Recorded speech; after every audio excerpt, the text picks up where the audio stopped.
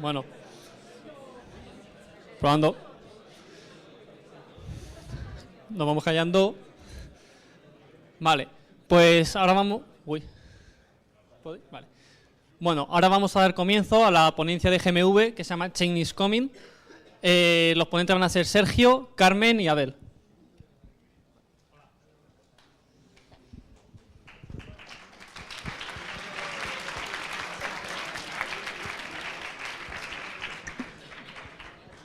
¿Qué tal a todos?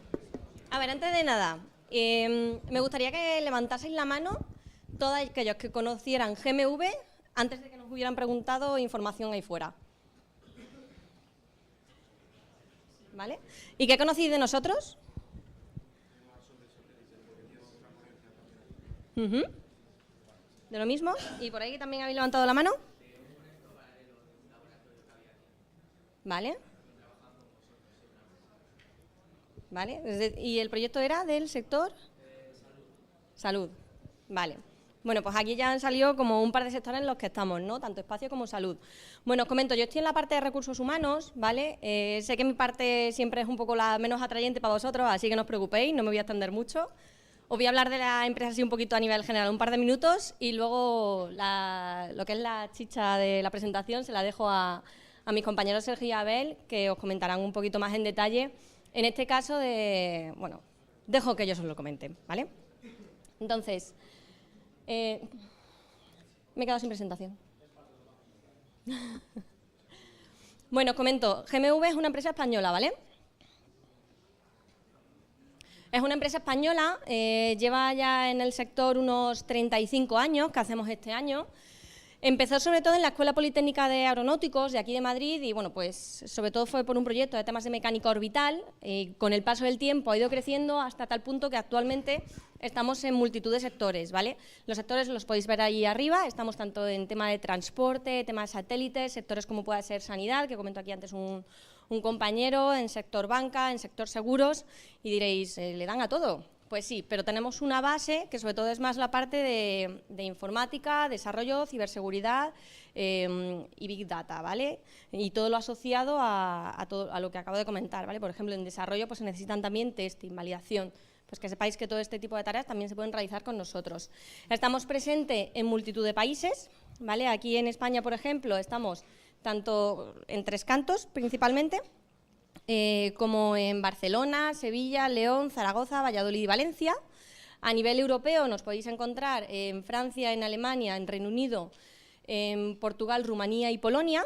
Y luego fuera de esta parte del marco europeo, Estados Unidos, Colombia y Malasia, ¿vale? También tenemos compañeros que están en otros países, pero porque estén directamente en casa de cliente trabajando con ellos, aunque no tengamos nosotros oficinas propias, como pueden ser Países Bajos, pueden ser Japón, hemos tenido hasta hace poco un compañero en Chipre, en Bélgica, ¿vale? Es decir, que sepáis que carrera internacional también se puede tener en la empresa, si os llama la atención y si habláis inglés, que eso también es bastante importante, ¿vale? Luego, aquí un poquito, sobre todo más en lo que destaca la empresa, ¿no? Somos número 1 en centro de control de satélites como proveedor, tanto para sector público como sector privado, ¿vale? Tenemos a nivel de sanidad un sistema de radioterapia intraoperatoria, ¿vale? Que es sobre todo a nivel de poder hacer cirugía, que sea todo muchísimo más, ir directamente al objetivo donde se tenga que ir, ¿vale? Para que se pueda tener toda la información de la dolencia o de la afección con mucho más detalle. Entiendo que todos tenéis tarjetas de crédito, ¿no? ¿Y alguna vez habéis sacado dinero en cajeros? ¿Sí? Pues que sepáis que los cajeros, un sistema de seguridad que tiene es un sistema de seguridad que se llama Checker, ¿vale? Y este también está desarrollado por GMV. A nivel de transporte, ¿habéis cogido alguna vez el autobús que va entre las distintas terminales de Barajas? ¿No? ¿Algunos sí? La próxima vez que lo cojáis, fijaros, por ejemplo, que lo que es la validadora, que aunque para el autobús de Barajas sea gratuito, pero que sepáis que también hay en otros autobuses, pero ese, por ejemplo, lo cogéis, lo que es donde tendríais que coger el ticket o la propia pantalla con información que hay en los autobuses, os fijáis la próxima vez y veréis también nuestro logo, el logo de GMV, ¿vale? Estamos en sistemas inteligentes de transporte, tenemos vehículo autoconducido, sistemas de autopago de peaje en carretera, en este caso sistemas de gestión de flotas o el propio desarrollo, tanto software como hardware, de sistemas de validación o del propio mensaje de los autobuses de información, ¿vale? Luego nosotros, ¿qué es lo que buscamos? Principalmente gente comprometida que se quiere incorporar en la empresa. Nosotros consideramos que somos como superhéroes, por eso, porque hacemos de todo, ¿vale? Tenemos un equipo de profesionales bastante amplio, seguimos creciendo, buscamos nuevos profesionales que se quieran incorporar con nosotros y luego, de hecho, aquí Abel y Sergio, vosotros mismos podréis comprobarlo en cuanto empiecen a contar su presentación, ¿vale? Entonces, buscamos gente que sea creativa, gente que esté dispuesta a aportar ideas, que esté dispuesta a crecer en el equipo, que tenga ganas de trabajar, ¿vale? Que al fin y al cabo, bueno, pues es lo que se suele pedir, ¿no?, en todas las empresas. Esta parte aquí. Luego, bueno, aparte de trabajar, que sepáis que dentro del equipo, bueno, pues también tenemos algunas otras alternativas, ¿vale? Como para hacer un poquito más de piña, tenemos equipos deportivos. Aquí abajo, por ejemplo, podéis ver el equipo de voleibol y el equipo de baloncesto, ya que la Agencia Espacial Europea realiza torneos cada año y cada año se hace en un país distinto. Si os mola el deporte, que sepáis que es abierto a todo el mundo, la carrera de las empresas o incluso de vez en cuando cada departamento hace su propia actividad. Por ejemplo, en la esquina de ahí arriba, pues en Navidades hicimos el Ugly Jumper Day. Hay otros departamentos que se dedican los viernes, es el viernes del cachopo, y otros que se dedican a hacer torneos de bádminton. Entonces, ahí cada uno, pues lo que más le interese. Y ahora os dejo con mis compañeros Abel y Sergio, que os van a contar un poquito más en detalle sobre el proyecto, ¿vale? Así que espero que estéis atentos y que lo disfrutéis. ¿Qué tal? Muchas gracias, Carmen. ¿Qué hay? Buenas. ¿Se me oye bien, verdad? Vale, gracias. Bueno, pues a nosotros nos toca contar la parte técnica. Esta charla va de lo que nosotros trabajamos. O sea, Sergio y yo trabajamos en la división de centros de control de satélites comerciales y lo que os vamos a contar es que, bueno, el mercado de satélites comerciales está sufriendo un cambio más o menos abrupto, más o menos rápido, y los cambios que nosotros necesitamos hacer en nuestro propio software, en nuestra propia manera de trabajar, para adaptarnos a esos cambios, ¿vale? Pues estos somos Sergio y yo, que ya nos habéis visto. Los dos somos alumnos de la facultad, ¿vale? Yo entré hace un montón de tiempo. Cuando salí de aquí directamente pasé a GMV como becario y cuando acabé las asignaturas y el proyecto entré como contratado y Sergio también entró como becario y ahora se ha unido a nosotros como contratado. Vale, pues el mercado. Centros de control de satélites. ¿Qué es un satélite comercial? Vale, pues los satélites comerciales principalmente, o sea, los satélites comerciales se usan para muchas cosas, pero principalmente se usan para telecomunicaciones. Se usan para telecomunicaciones porque están en una posición privilegiada, están a 36.000 kilómetros de la Tierra, con lo cual no necesitan una infraestructura para comunicar dos puntos arbitrarios de la Tierra, ¿vale? Se necesita una antena que emita y una antena que reciba, de la suficiente potencia, ¿vale? Entonces, existen operadores que tienen satélites por ahí, tú les llamas y dices, oye, mira, que es el Mundial y no hay infraestructura terrestre para poder emitir desde este estadio. Seguro que habéis visto estas furgonetas con una antena, ¿vale? Pues estas furgonetas están emitiendo, van al satélite, llegan a un receptor y probablemente de ahí se distribuya con infraestructura terrestre, ¿vale? Vale, he puesto ahí lo de fútbol y olimpiadas porque es como lo más típico, ¿no? Que es que cuando están emitiendo a lo mejor desde el pirulí, ¿no? Que hay como un mogollón de infraestructura para emitir, está guay, pero cuando vas a sitios donde en un principio no está preparado para emitir, pues los satélites es donde ganan mogollón de... Los satélites comerciales de telecomunicaciones es donde realmente brillan, ¿vale? Vale, ¿cómo es el mercado actual? Vale, pues el mercado actual es que mandas un satélite a 36.000 kilómetros de la Tierra, que esto es súper caro, ¿vale? Son satélites, como no se pueden lanzar con mucha frecuencia, son satélites muy grandes y a 36.000 kilómetros de la Tierra la luz, las señales electromagnéticas va a la velocidad que va. Entonces, a 36.000 kilómetros de la Tierra tiene una latencia bastante grande, 250 milisegundos más o menos, ¿vale? Son caros, o sea, las cifras que pongo ahí son aproximadas, evidentemente depende del fabricante y del tipo de satélite, cómo es la carga de pago del satélite, pero bueno, o sea, desde luego pocas veces encontráis algo por debajo de los 100 millones de euros en tierra. O sea, 100 millones de euros en la puerta de tu casa. Hacen falta otros tantos millones de euros para lanzarlo, ¿vale? Son difíciles de construir. Necesitan un vector pesado porque la mayoría de estos satélites pesan más de 5.000 kilos Y bueno, como cuesta mucho lanzarlos, tienen una vida útil muy larga, 15 años o más. Esto último liga un poco con nuestro software. Nuestro software controla el satélite esos 15 años o más. No sé si conocéis mucho software que tenga que tener obligatoriamente 15 años de vida. Bueno, pues esta es una de las restricciones que trabajamos, o sea, con las que trabajamos día a día, ¿vale? ¿Y cuál es el cambio que se está produciendo? Bueno, pues como estos satélites son muy caros para producir, se está trabajando en satélites más pequeños, van en órbitas más bajas, pero bueno, si sabéis un poquillo de mecánica orbital, cuanto más amplia es la órbita, pues para que el satélite no caiga y no escape, pues tiene que ir a una velocidad más lenta, por eso los 36.000 va a la misma velocidad un periodo de 24 horas.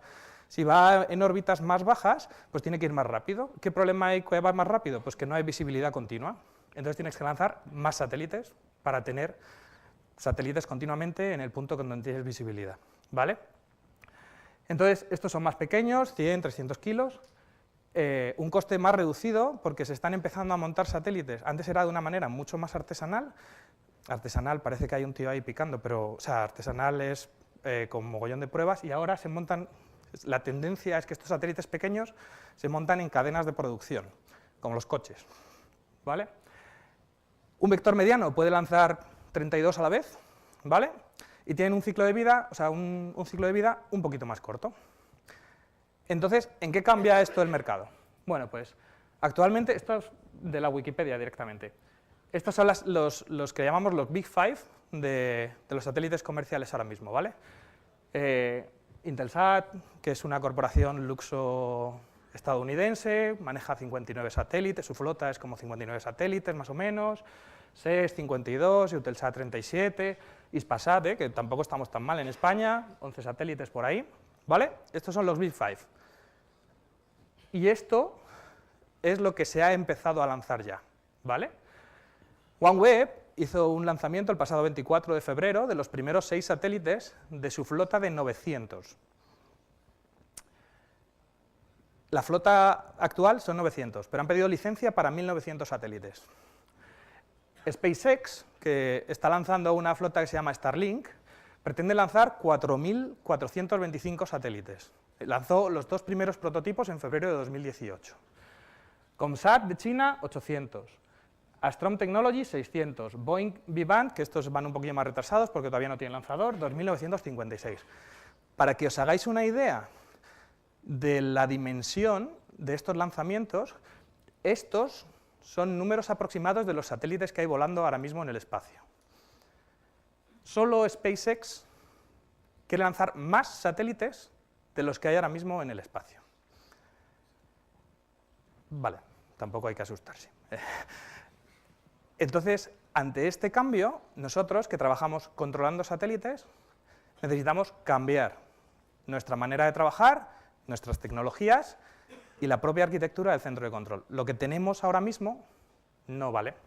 O sea, cualquier concepto que tenemos ahora mismo en el centro de control para controlar 4.000 satélites no es suficiente.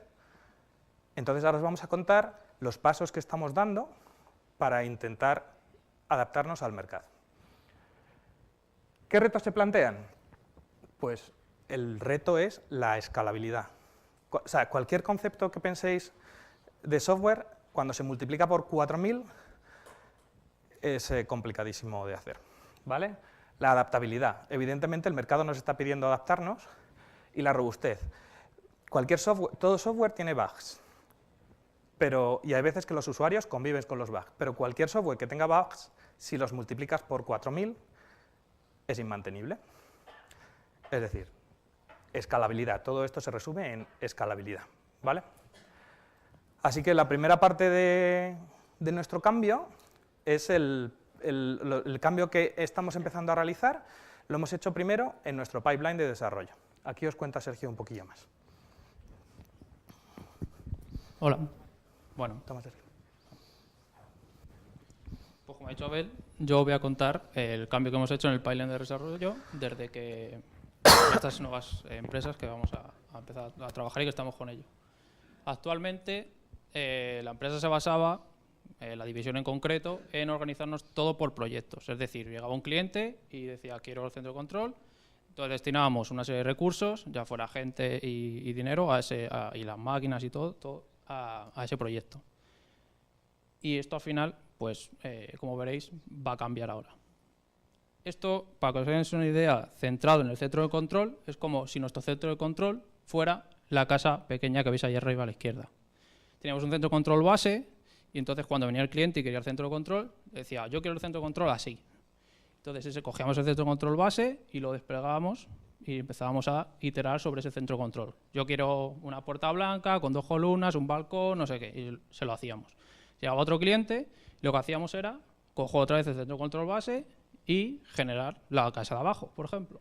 Pues quiero traer 2 plantas, con una puerta marrón, con una puerta de garaje, tal. Esto al final pues podía darse el caso de que parte del software ya estuviera hecho. Imaginaos que ya teníamos un garaje hecho, pero como estabas trabajando estabas orientado a proyectos y estaba el equipo de desarrollo en un lado, pues a lo mejor tú no sabías que ese equipo ya había desarrollado el garaje. Entonces tú a veces tenías que reimplementarlo o, en el mejor de los casos, te lo podías copiar y traer. Que ahora veréis que eso no es tan fácil debido a cómo está organizado el código también. Entonces aquí tenéis el infierno de las ramas y las mezclas. El código todo está basado en Subversion, que no sé de aquí quién conoceréis Subversion. Levantar la mano. Vale. Git sí lo conocéis, ¿no? Git ya sí lo conocéis la mayoría.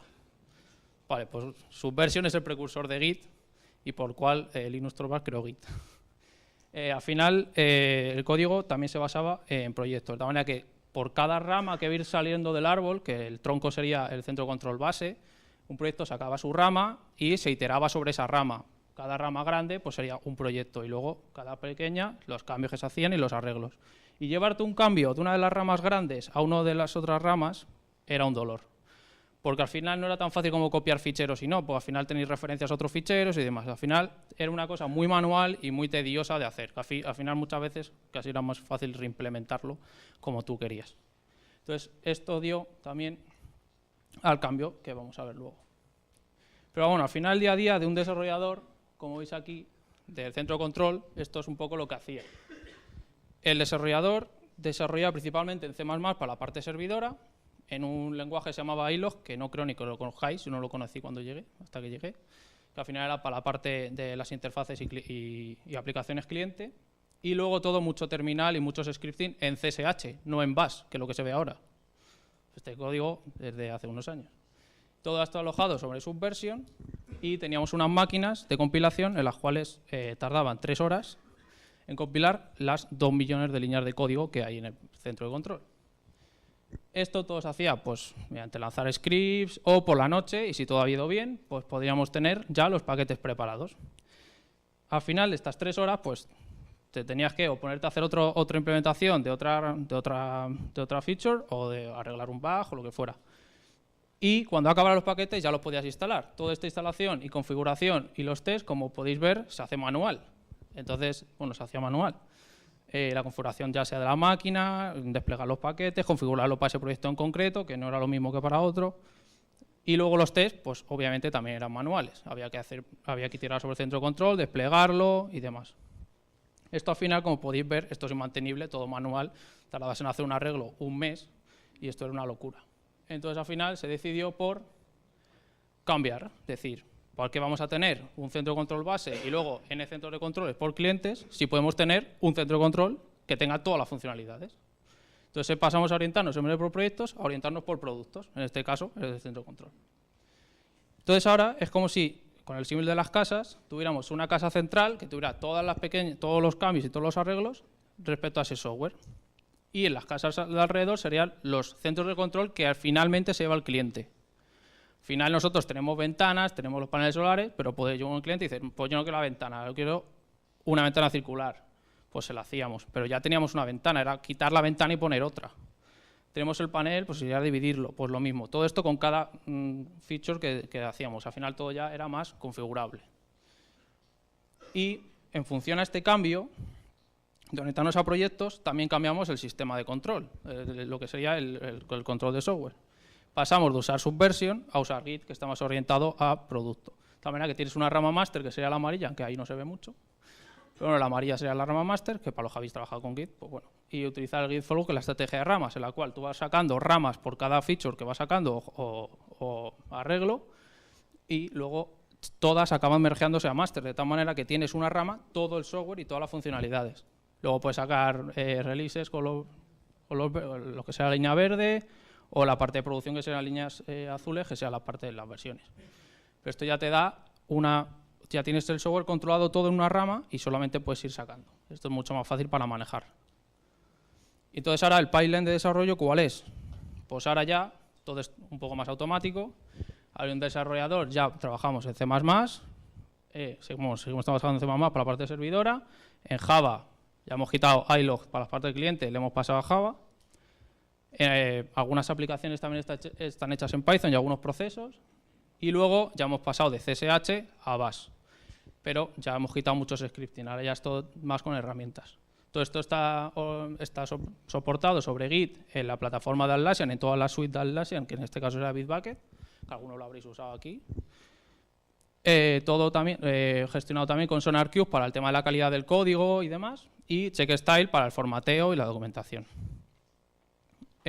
Todo esto pasaría luego a la parte de la compilación del centro de control, que sería compilado con GDC para la parte de C++, y todo se podría lanzar mediante webhooks. Cuando mergeas una rama a develop, se lanza webhook, se compila, pero también se puede hacer nocturno o mediante un botón en la plataforma de Bamboo, que sería la de Atlassian para compilar. Cuando todo esto acaba, se lanzan los unit tests, que están en la parte de los unit tests de C++ en Google Test, con el framework de Google Test, o los JUnit que habréis usado para Java en las aplicaciones de programación 2 y demás. Entonces, esto si todo va bien, ya podemos generar los paquetes como los generamos, o sea, igual los paquetes que generamos antes, pero ya se generan automáticamente. Cuando esos paquetes se han generado bien, ya podríamos hacer el deploy. Aquí el desarrollador podría hacerse el deploy en su máquina, pero automáticamente tenemos unas máquinas de staging en las cuales el software automáticamente se instala mediante VMware y Ansible, que es el automatizador para no tener tantos scripts de bash y demás. Entonces, ya una vez que están estas máquinas levantadas, pasaríamos a la parte de validación. Para ello, hay algunas partes de validación que siguen siendo manuales y se registran todo mediante el framework del KeyRay, que al final es unos pasos que tienes que seguir e ir diciendo, pues sí, pues no, para juntar pantallazos y demás. Pero nosotros, para alguna parte del centro de control, hemos creado un framework para el tema de la automatización del testing, que se llama IVP. Para que os hagáis una idea, este framework, por ejemplo, levanta todas las aplicaciones cliente de Java o de Python y las prueba, se conecta a simuladores y demás. Al final esto está más orientado a nuestra parte. Y una vez que ya todo esto ha ido bien, ya sería la parte de la release. Nosotros por ahora no hacemos releases, aunque estamos ya encaminándonos a ello, porque la parte de la release, un cliente no solo se lleva un centro de control, nosotros se lleva nuestro centro de control más una serie de aplicaciones y productos que están también en la división. Y entonces eso de integrarlo, probarlo todo con su integración, se dedica a un equipo exclusivo y entonces ellos son los que al final hacen la release. Entonces al final nosotros no hacemos esta parte. Y esto sería un poco el pipeline de desarrollo y como veis, pues ya está todo mucho más automatizado, ya hemos pasado de compilar en 3 horas a compilar en 30-45 minutos tener todo, incluso instalado, no como antes, y entonces ahora ya esto nos permite a poder centrarnos más en desarrollar software y no en tener que configurar máquinas y hacer instalaciones, que al final eso es un coñazo. Así que te dejo a la parte de la arquitectura. Gracias. Vale, gracias Sergio. Pues hemos hablado un poco de cómo hemos cambiado el pipeline de desarrollo para poder centrarnos en trabajar haciendo software y no en tareas que son triviales, ¿no? Entonces, ahora voy a hablar un poco de la arquitectura. Quizás no voy a entrar tanto en cómo es la arquitectura del centro de control, sino los pasos que hemos dado para cambiar la arquitectura, ¿vale? Entonces, lo primero es, ¿qué es un centro de control? Bueno, el centro de control es el interfaz con el satélite, ¿vale? El interfaz, por un lado, para el usuario. Nosotros tenemos usuarios que se sientan delante de su workstation, interactúan con el satélite, mandándole comandos y recibiendo telemetría, ¿vale? Pero el centro de control también es una interfaz de automatización para un montón de productos. He puesto ahí unos cuantos, ¿vale? Pero el centro de control expone unos cuantos interfaces para que productos externos, a veces de casa, a veces de otras empresas, se conecten e interactúen con el satélite, ¿vale? ¿Cómo es la arquitectura así vista desde muy alto nivel del centro de control? Vale, lo primero es que es una arquitectura distribuida. nosotros tenemos 2 servidores redundados generalmente, ¿vale? Con un número de workstations, ¿vale? Y esto es lo que en nuestra jerga le llamamos un site, ¿vale? Y cuando desplegamos en nuestros clientes, desplegamos n sites. O sea, podéis ver ahí un número de máquinas, a veces es significativo, a veces llega hasta varias decenas de máquinas, ¿vale? ¿Cuál es el problema de esto en el conjunto del cambio que estoy hablando ahora? Bueno, pues que el centro de control es distribuido, ¿vale? Además, los procesos tienen bastantes dependencias. El centro de control pues, está hecho de la manera que está hecho, tiene código heredado, nosotros lo hemos hecho así, y la gestión de dependencias no siempre ha sido la correcta. Entonces, los procesos entre sí, o sea, cada servidor tiene un número de procesos, como 70 y tantos procesos, ¿vale? Pero algunos de ellos, muchos de ellos, están fuertemente acoplados por las dependencias, ¿vale? Entonces, a pesar de que el centro de control es distribuido, es un monolito. Es decir, tenemos lo peor de ambos mundos, es un monolito distribuido, ¿vale?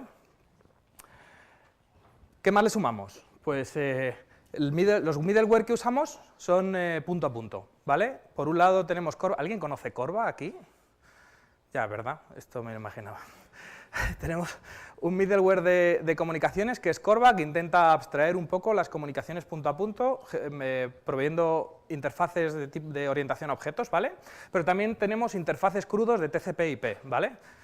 Con 2 tipos básicos de datos, que son los paquetes. Nosotros usamos paquetes para almacenar la información de telemetría, de telecomandos y de eventos, y luego un sinnúmero de estructuras ad hoc que se intercambian los puntos de conexión de Corba y de TCP/IP, ¿vale?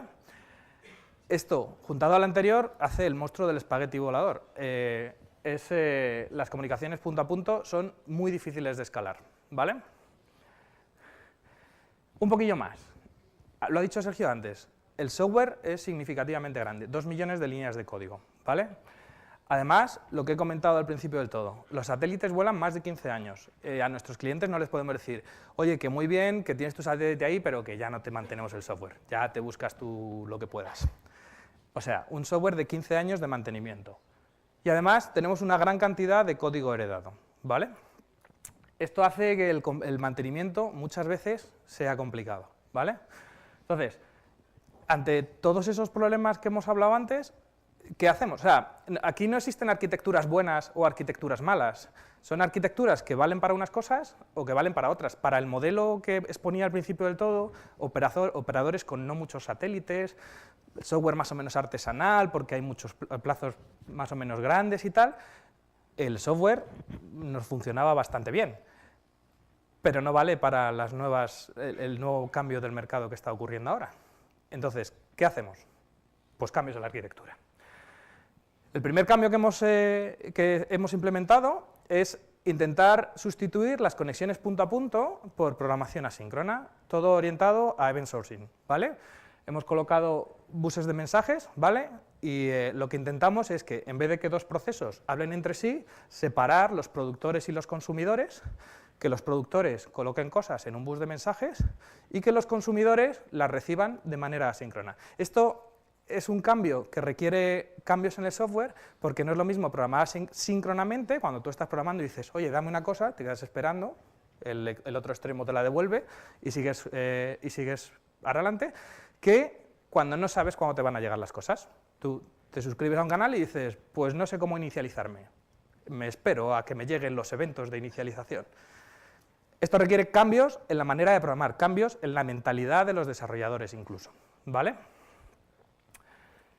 ¿Qué más cosas hemos hecho? Los procesos más pesados, nuestros procesos más pesados, son los que procesan la telemetría que viene del satélite. Bueno, pues hasta ahora lo que ocurría es que teníamos el proceso que le llamamos, el que procesaba la telemetría del satélite, estaba instanciado en todas las aplicaciones clientes que necesitaban procesar telemetría del satélite.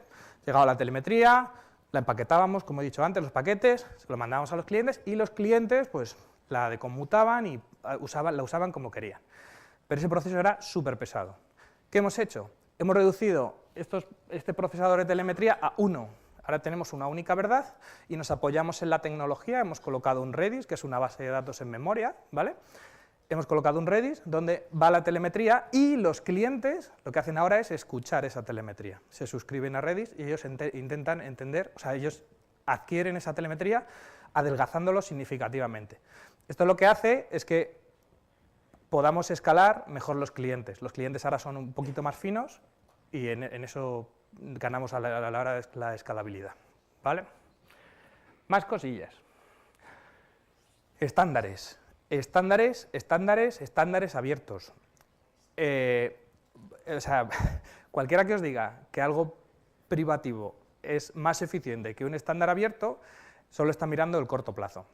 Los estándares abiertos tienen mogollón de apoyo de la comunidad y podéis encontrar mogollón de librerías. Entonces, estamos intentándonos apoyarnos de manera masiva en estándares abiertos. Notad que cuando pongo letras por ahí, no digo reemplazar lo que tenemos por esto otro. Nosotros no podemos parar la máquina de hacer centros de control y pegarnos ahí un año sabático a ver si hacemos el nuevo centro de control. Nosotros lo que intentamos es migrar el centro de control que ya existe a una nueva arquitectura que sea más propicia. Entonces, lo que hacemos es, para las nuevas comunicaciones, usar estándares, ¿vale? Y para las viejas las intentaremos migrar cuando podamos. Vale, microservicios, esta es la palabra mágica que está ahora súper de moda. ¿Por qué nosotros pensamos que para este problema de escalabilidad los microservicios funcionan muy bien? Vale, los microservicios lo que hacen es reducir el código del que se puede encargar cada equipo. Acordaos, 2 millones de líneas de código. Nuestro equipo, somos 10 personas, literalmente te puede tocar trabajar en los 2 millones de líneas de código en cualquier momento. Yo llevo 12 años trabajando en GMV, hay trozos del centro de control que no he visto nunca. Entonces, en un framework de microservicios, las fronteras entre los servicios se hacen mucho más claras y puedes reducir la cantidad de código que le puede tocar a tu equipo y puedes hacer equipos más pequeños, de manera que los equipos ganan la propiedad del código mucho más rápido. La curva de aprendizaje de los 2 millones de líneas de código evidentemente es mucho más dura que cuando te toca menos código, ¿vale? Entonces, esto es una de las cosas que hemos identificado como una mejora interesante, los microservicios. ¿Qué más tienen los microservicios? Que los microservicios se pueden desplegar independientemente. Esto es algo que nos quita el sueño. O sea, tener un monolito con el infierno de las dependencias que habéis visto antes es algo complicado de desplegar. Cada vez que tenemos que desplegar un parche es un proceso costoso. Si pudiéramos desplegar solo un trocito del centro de control, sería muy guay para la escalabilidad. Tienes un bug, desplegas un microservicio, lo paras o lo pones a la vez, haces una canary release, cualquier cosa de estas, pues funciona mucho mejor a la hora de desplegar, ¿vale? Porque a la hora de parar el centro de control se pierde visibilidad del satélite, ponerlo, lo pones, hay un problema en el despliegue, rollback, vuelves a poner el anterior. Si fuera este framework, una arquitectura basada en microservicios, nos parece mucho más interesante a la hora de impactar. Recordad que los satélites vuelan 7×24, pues a la hora de impactar es mucho menor, ¿vale? Y la tercera, los microservicios hacen que puedas elegir la tecnología de manera independiente. Puedes tener un microservicio que hace aplicaciones de que procesa un pipeline de streaming, y para esto hay lenguajes que están dedicados a esto, o puedes ponerle un Kafka, o puedes ponerle una base de datos, la que tú quieras, porque el microservicio es independiente. Mientras que otros servicios puedes elegir otra tecnología, y como son independientes, puedes elegir la tecnología más propicia de acuerdo al problema que tienes. Esto lleva un coste, porque a la hora de mantener muchas tecnologías, pues la empresa tiene que tener conocimiento suficiente para mantenerlas todas. Hay más costes, o sea, los microservicios no son la panacea, hay más costes. Cuando un sistema es complejo, como el control de un satélite, el hecho de que reduzcas el código, lo único que hace es mover la complejidad de este monolito al despliegue. O sea, no sé si alguien habrá trabajado alguna vez con microservicios, pero depurar microservicios distribuidos es un infierno. O sea, hace falta herramientas externas para poder hacer esto. Cuando tú tienes un sistema basado en microservicios y empieza a ir lento, ¿lento en dónde? ¿En qué microservicio? ¿En qué comunicación? ¿En qué empiezo a mirar? Entonces esto también lleva un coste. O sea, los microservicios no son la panacea, pero en nuestro caso nos parece que sí que es interesante a la hora de escalar el centro de control. Entonces hemos hecho un framework de microservicios, que es de este palo, ¿vale? Hemos colocado un Nginx ahí para poder usar sus características de seguridad, ¿vale? Detrás del Nginx hay un API Gateway, o sea, esto cada cajita corre en un contenedor. Hay un API Gateway que puede ir replicado, ¿vale? Y Nginx se encarga de balancear la carga hacia ellos, ¿vale? Este API Gateway lo único que hace es que cuando haces una petición, él se encarga de decidir a qué servicio redirige esa petición, ¿vale? Es un proxy inverso, nada más. Entonces, uno de los problemas de los microservicios es, ¿dónde está mi microservicio? Siempre que uséis microservicios tenéis que tener un service discovery o algo parecido, bien estático, bien dinámico, ¿vale? Nuestra solución es, otra vez, un service discovery redundado con un backend en un clúster de Redis, ¿vale? Y este API Gateway se encarga de comunicar con WebSockets, con el Service Discovery correspondiente para saber dónde está el servicio. Y él ya se encarga de poner los servicios que están ahí en rojo, ¿vale? Estos serían los servicios que vamos conectando, ¿vale? Además, el framework ofrece una serie de servicios laterales que le llamamos, que, bueno, pues un servicio de user, un blob service para tener ficheros, un servicio de sesión, un servicio de eventos, pero lo más interesante está en la parte de arriba, que es cómo conectar nuestros servicios, ¿vale? Entonces, la parte que no es roja es el framework, nuestros nuevos microservicios van conectados ahí, que simplemente tienen que conectarse, registrarse al Service Discovery diciendo, hey, yo estoy aquí, y mantener un keep alive diciendo continuamente, oye, que yo estoy aquí, que yo estoy aquí, que yo estoy aquí, ¿vale? Esta es la manera en la que conectamos nuestros microservicios al framework. Vale, ¿dónde estamos? Actualmente, algunos de nuestros clientes lo que hacemos es un despliegue totalmente virtual sobre OpenStack, ¿vale? Del centro de control como tal. O sea, el centro de control va sobre OpenStack, está totalmente virtualizado y ellos ya se conectan y lo usan, ¿vale? ¿Cómo pasamos de esto a este framework de microservicios que he contado antes? Bueno, lo primero que hemos hecho ha sido meter el centro de control en un Docker, ¿vale? En un contenedor. Este centro de control lo enchufamos a este framework de microservicios, ¿vale? Siguiente paso, extraer del centro de control las partes que nos interesan para crear nuevos servicios, ¿vale? Recordaos, o sea, lo que he dicho antes, nosotros no podemos parar la rueda, ¿vale? Entonces, no podemos directamente pasar de la parte virtualizada a la parte de microservicios. Entonces, nuestra manera de migrarlo, de romper el monolito, ha sido esta. Primero, dockerizar el centro de control como si fuera un servicio, y luego ir sacándole nuevos microservicios que hablen entre ellos, ¿vale? Vale. Entonces, ¿cómo hemos cambiado nuestra manera de trabajar para poder adaptarnos a esta arquitectura? Vale, hubo un señor que se llamaba Melvin Conway, que decía que las organizaciones que diseñan sistemas básicamente hacen los mismos sistemas que las estructuras internas de comunicación que tienen. No sé si recordáis, cuando hablaba Sergio, que nosotros teníamos una manera como muy monolítica de trabajar antes. Teníamos los proyectos, la gente estaba asignada a los proyectos, jefe de proyecto y todo esto. Esto no es... O sea, resulta poco eficiente cuando intentas hacer los microservicios. Lo que intentas es hacer equipos más pequeños. Y los microservicios, como son más autogestionados, autocontenidos, pues los equipos autogestionados funcionan mejor.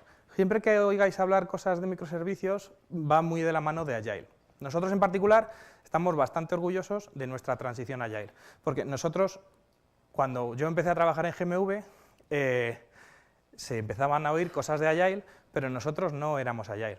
Estamos muy orgullosos porque hemos hecho una transición de algo no Agile a algo sí Agile. Y además es una transición real. Esto nos pasa mucho en las entrevistas, que a veces vamos a la gente y dice, sí, tal, yo conozco Agile. Ah, sí, cuéntame un poco de lo que haces. Bueno, yo lo hago con mi compañero. A mi jefe todavía no le hemos dicho nada, pero bueno, yo lo hago con mi compañero.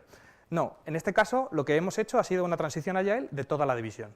Se ha involucrado toda la división, se ha involucrado también el Departamento de Recursos Humanos, ahora os cuento un poquillo más de esto, y esto es lo que voy a contar un poco de la manera de trabajar, ¿vale? Entonces, ¿cómo era nuestra organización antes? Una organización jerárquica, basada en proyectos, estaban por ahí los héroes en cualquier momento para resolver crisis, y en general había poca comunicación horizontal. Cuando estabas en un proyecto había poca comunicación con otro proyecto. De ahí el símil de las casas que había dicho Sergio antes, ¿no? Que era como, yo estoy haciendo mi casa, pero en realidad igual Sergio estaba haciendo algo de una ventana, pero yo estoy haciendo mi casa. Es que las ventanas, no sé, yo estoy haciendo mi casa, ¿vale? Entonces, hay un señor que se llama Craig Larman, que es el creador del framework LESS, que no sé si alguno suena, es un framework agile, ¿vale? Que dice básicamente que muchas de las organizaciones cuando cambian a Agile, básicamente lo que hacen es cambiar las etiquetas, ¿vale? Pasan los jefes de proyecto a llamarse Product Owners, los Technical Leads pasan a llamarse Scrum Masters y ya está, no cambia nada, ¿vale? Entonces nuestros primeros intentos también fueron por este camino. Nosotros no lo hemos hecho todo bien a la primera, ¿vale? Nuestros primeros intentos también fueron por este camino. Había gente con mucho peso que pasó a roles clave de Agile. Pero los Scrum Masters son los Masters de Scrum. O sea, no vale que un Technical Lead sea un Scrum Master. Tiene que saber de Scrum, tiene que ser el que sabe de Scrum, de todo esto. ¿Vale? Entonces, nuestros primeros pasos fueron en este sentido.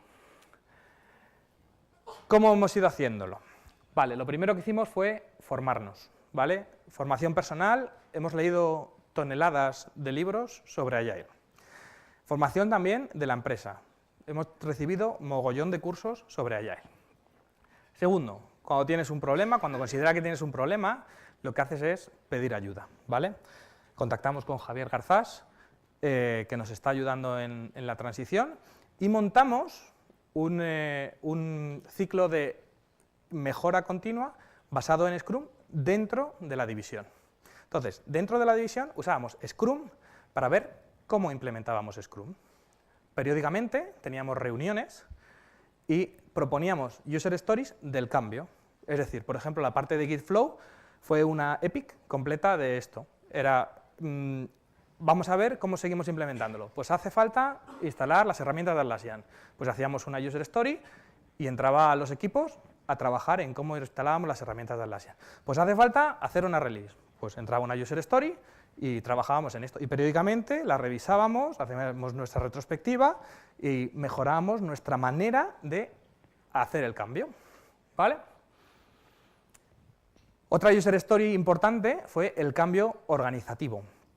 Pasamos de esta estructura jerárquica a una estructura basada en equipos, ¿vale?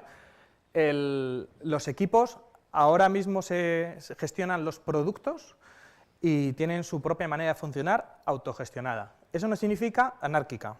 Los equipos tienen un punto de conexión, que es este framework Scrum que hacemos, y luego aparte entre ellos siempre hay interacciones. Pero los equipos en general se autogestionan, ¿vale? Y luego un acierto, que sin esto no hubiéramos podido hacerlo, es involucrar a departamentos transversales en toda la empresa. Si hubiéramos intentado hacerlo solos, nos hubiéramos topado con estructuras que ya hay en la empresa, por ser una empresa, que no iban a funcionar. Por ejemplo, el proceso de recruiting. Por ejemplo, el proceso de evaluaciones. En este sentido, lo que hemos hecho ha sido contactar con la gente de recursos humanos y trabajar con ellos para limar todos los procesos que ya estaban establecidos y ver cómo los podíamos cambiar para adaptarlos a esta nueva manera de trabajar. ¿Vale? Entonces, ¿cómo trabajamos ahora? Nosotros tenemos los clientes, no son muchos, por esto de que el mercado todavía no es muy grande, pero son importantes. Entonces, nosotros tenemos un grupo de stakeholders que le llamamos, que son nuestro interfaz con los clientes, ¿vale? Estos stakeholders son los que identifican las necesidades del cambio al producto que comenta Sergio, ¿vale? Pasa por los diferentes product owners de nuestros equipos, ¿vale? Y ellos se encargan de sacar el backlog priorizado y por orden, ¿vale? User stories para el backlog. Los equipos de desarrollo hasta ahora siempre son Scrum, ¿vale? Y los equipos de desarrollo se encargan de sacar incrementos del producto al final de cada sprint. Esto seguro que no os estoy contando nada que no sepáis ya. Al final de cada sprint, un incremento del producto. Le hemos dado un poco de vuelta, porque como decía Sergio, nosotros no entregamos solamente un producto, ¿vale? Entonces hemos necesitado un equipo que sigue Kanban, ¿vale? Que se encarga de coger estos incrementos del producto de cada equipo de desarrollo e integrarlos en una delivery completa, ¿vale? Esto es una vuelta que le hemos dado nosotros al framework. Vale, ¿y qué mejoras hemos visto? ¿Por qué hemos visto mejoras en esta manera de trabajar? La primera, súper importante, que tenemos entrega continua de incrementos. ¿Os acordáis al principio que he dicho, los satélites Geo, 2 años de construcción? Los proyectos que llevábamos no llevaban menos de 9 meses de entrega. Cuando identificas un requisito malentendido al principio del proyecto y lo entregas 9 meses después, has perdido 9 meses. Esto lo que hace es que de manera continua estemos integrando cambios mucho más pequeños, esto no es fácil tampoco, mucho más pequeños, pero que involucran al cliente en la siguiente decisión, ¿vale? Esto es algo muy valorable de este framework para nuestro caso, ¿vale? ¿Qué más? Abrazamos el cambio. Esto también es súper importante. En nuestra mentalidad, nosotros siempre abrazamos el cambio. Esto que anteriormente era como, bueno, pero esto está escrito en el contrato, vamos a revisarlo, pero esto no pasa nunca más. Nosotros abrazamos siempre el cambio. Como los incrementos son continuos, pues así es como podemos abrazar el cambio. Nos cuesta mucho menos hacer un cambio de software en 2 semanas, en un mes, que en 9 meses. Y la última, si alguien os dice que ya son Agile y que ya han parado, os ha mentido. Todos estos frameworks de Agile se basan en la mejora continua. Nunca se acaba. Si alguien pensaba, lo siento, pero no, nunca se acaba. Siempre seguimos iterando, siempre hay algo mejor que hacer, siempre hay algo que cambiar para abrazar el cambio. Entonces, esto es otra de las cosas más positivas que hemos visto en el framework. Un cambio de mentalidad de seguimos iterando, no somos perfectos, seguimos iterando. Así que, bueno, pues esta era un poco lo que os queríamos contar, ¿vale? Y bueno, os he hablado en particular del centro de control, que anda por ahí, ¿vale? Pero bueno, en general, nosotros, ya ha mencionado Sergio, yo también, hay una serie de productos que están alrededor del centro de control que también hacemos en GMV, ¿vale? En particular ahora tenemos unas cuantas plazas abiertas, bueno, una en particular de becario que estamos buscando. Entonces, si estáis interesados, Carmen os va a contar un poco más cómo podríais acceder si estáis interesados, ¿vale? Muchas gracias.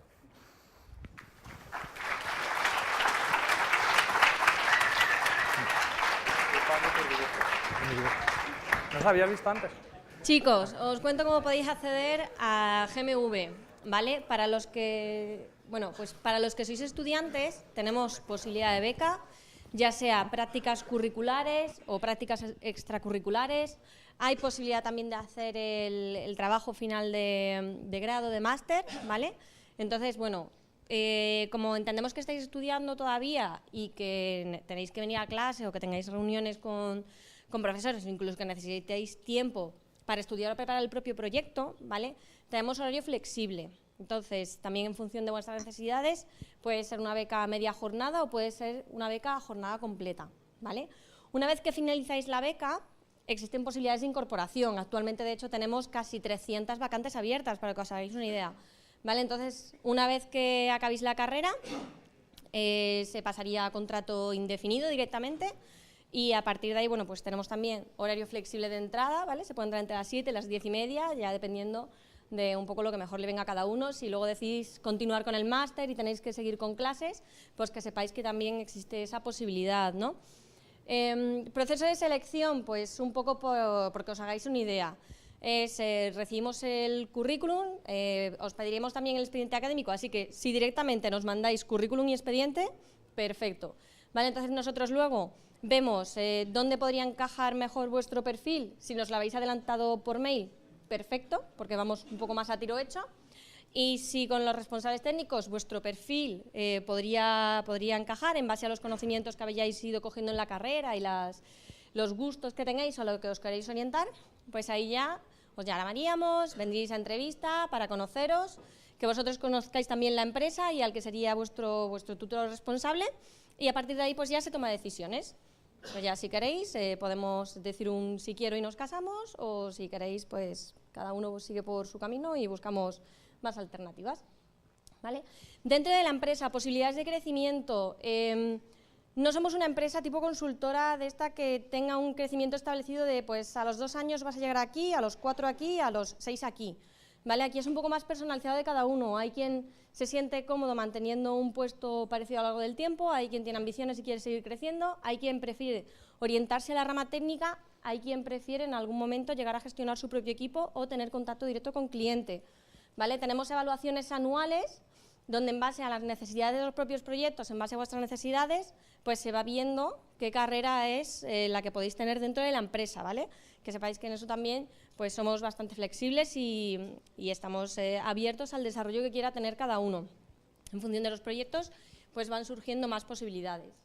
Y luego ya, por último, ¿dónde nos podéis encontrar? Bueno, pues aquí abajo tenéis varias redes sociales, por si queréis seguirnos, vamos publicando ahí noticias, información propia de la empresa, proyectos en los que trabajamos, dónde vamos a estar, como puedan ser charlas como esta de hoy en el TRAIT. Y luego también, si nos queréis mandar vuestro currículum, pues lo que os comentaba, currículum junto con expediente académico, a esa dirección, jobs@gmv.com. Igualmente, si queréis, fuera tenemos folletos, por si queréis tener también un poquito más de información, vamos a estar Sergio y yo toda la tarde por aquí, por si tenéis más dudas, incluso más a nivel técnico de otros proyectos, pues que os podamos comentar, ¿vale? Entonces, por nuestra parte, sobre todo, daros las gracias por haber estado aquí con nosotros, haber querido escucharnos y demás. Y ya solo nos queda pues que nos lancéis las dudas que podáis tener, ya sea a nivel general de la empresa o ya sea más a nivel de proyecto para Sergio y para Abel. Así que, ¿quién levanta la mano el primero? ¿Quién se anima? Coméntanos, María.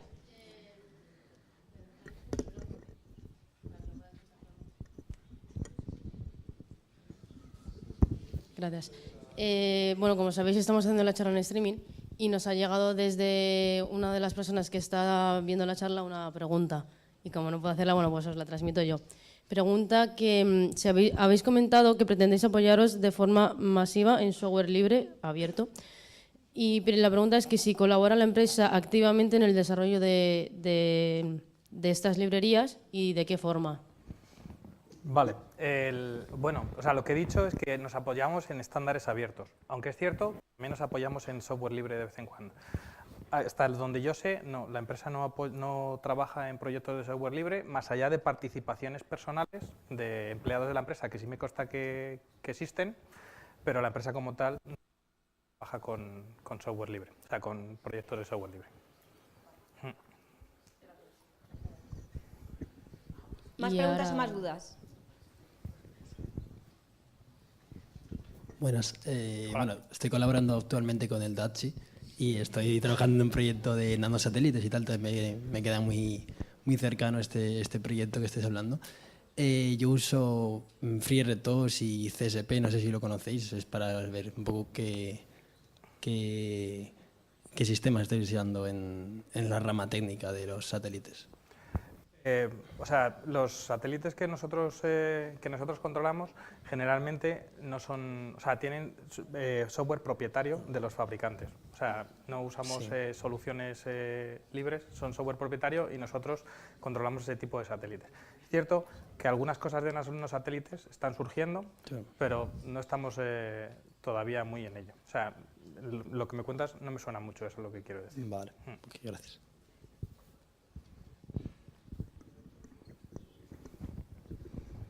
¿Alguna pregunta más? Una cosa, habéis dicho que tenéis mantenimiento hacia 15 años del software. ¿Qué es lo que pasa con el hardware luego? La obsolescencia del hardware es un problema. No es un problema no es un problema solo con satélites, es un problema. Uno de los pasos que hemos dado hacia ese camino es virtualizar el software, para poder cambiar el hardware sin tener que cambiar las versiones de software ni del sistema operativo. Pero la obsolescencia del hardware es un problema con el que nos hemos enfrentado muchas veces. Y de ahí también estas opciones de virtualización, containerización, estas que te abstraen del hardware para intentar escalarlo de una manera un poco más sensata. Gracias. No.